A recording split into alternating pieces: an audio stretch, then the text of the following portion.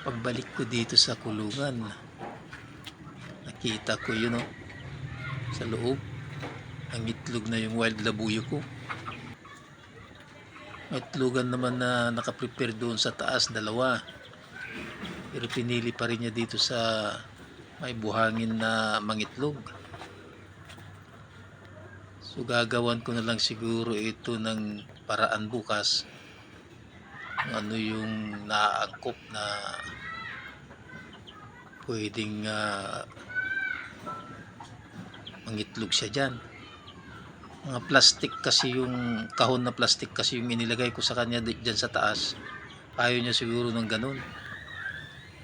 So tingnan natin kung ano yung idea na mailagay ko dyan bukas. Siguro mga kahoy-kahoy lang din. At magtabi ako ng mga damo-damo siguro dyan. Siya na rin yung gagawa ng paraan para mapaganda niya yung itloganan niya. Yun siya, oh. Hindi siya mapakali kasi pumasok ako. Oh.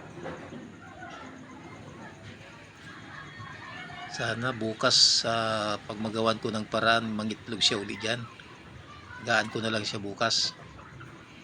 Sayang naman kasi kung saan-saan na lang siya mangitlog, baka ma-discourage siya. So pasensyahin ko na lang siya. Hindi ko na siya gagalawin talaga dyan at baka lalo siyang magtampo.